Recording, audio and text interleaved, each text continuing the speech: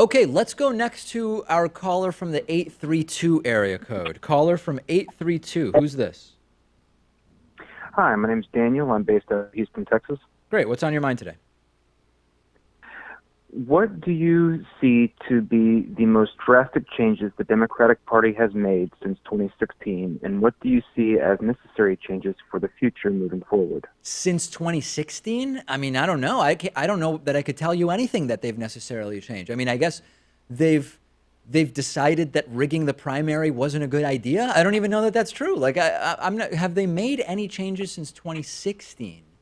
I don't know that they've made any changes. I think that this is part of the problem. Like, can you think of a change that the party has made, Pat, since More 20? accepting of Medicare for all, for example. Yeah, more. There are more, but it's not They're a in power, Democratic. so what It's can not they a do? Democratic Party policy now that they're for Medicare for all. I mean, listen, I think the change. There's always this discussion of should the Democrats play to the center or should the Democrats move to the left, and I think that it's a relevant question, but it's not actually relevant in every race. I think that, as I've said before, depending on where you're running, for example, we had a primary earlier this week for Senate in West Virginia, a Democratic primary. Joe Manchin, considered widely to be the most conservative Senate Democrat in the United States, he won his primary.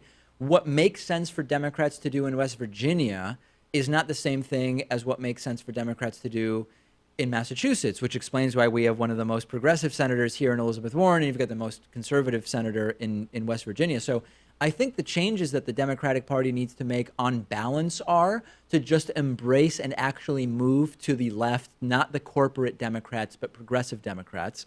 But I think that big picture, they need to understand that the strategy is not the same in every district or every race, the same way Republicans understand that. All right, that's an excellent point. All right, Daniel, thank you. Glad I was able to answer your question. Appreciate the call.